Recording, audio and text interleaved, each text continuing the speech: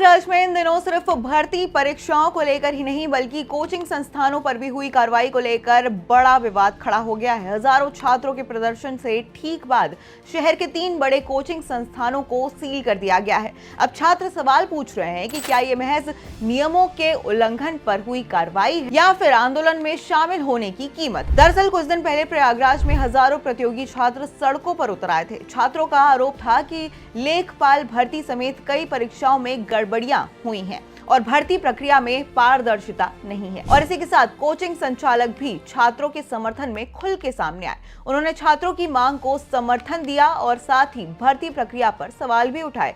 लेकिन आंदोलन के 2 दिन बाद ही प्रयागराज विकास प्राधिकरण यानी कि पीडीए ने बड़ी कार्रवाई करते हुए शहर के 3 चर्चित कोचिंग संस्थानों को सील कर दिया है। इनमें एग्जामपुर, टारगेट विथ रवि तिवारी और सुपर क्लाइमेक्स एकेडमी शामिल है। प्रशासन का कहना है कि इन स्थानों में भवन निर्माण और फायर सेफ्टी नियमों का उल्लंघन पाया गया है और इसीलिए नियम अनुसार कार्रवाई की गई है। हालांकि छात्रों और समर्थकों का दावा है कि ये कार्रवाई आंदोलन से जुड़ी हुई है।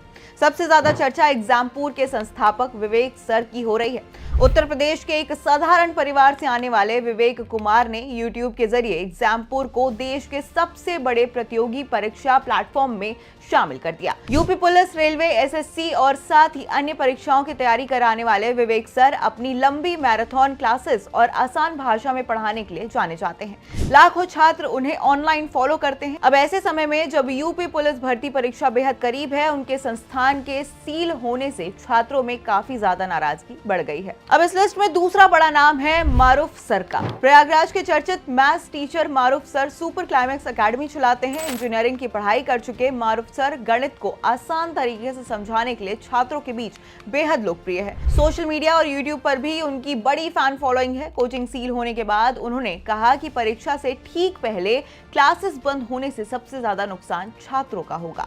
और इसी तरह रवि पी तिवारी भी प्रतियोगी छात्रों के बीच एक जाना पहचाना नाम है। रीजनिंग और जनरल स्टडीज के विशेषज्ञ माने जाने वाले रवि तिवारी अपनी खास ट्रिक्स और पढ़ाने के अनोखे अंदाज के लिए मशहूर हैं। उनकी किताबें और ऑनलाइन क्लासेस लाखों छात्र इस्तेमाल करते हैं। अब उनके संस्थान पर हुई कार्रवाई ने भी विवाद को और ज्यादा बढ़ा दिया है।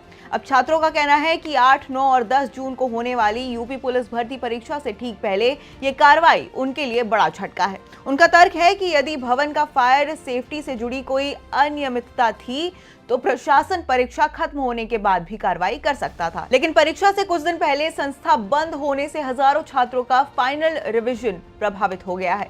वहीं दूसरी तरफ प्रशासन अपने फैसले पर कायम है। अधिकारियों का कहना है कि सुरक्षा मानकों से कोई भी समझौता नहीं किया जा सकता।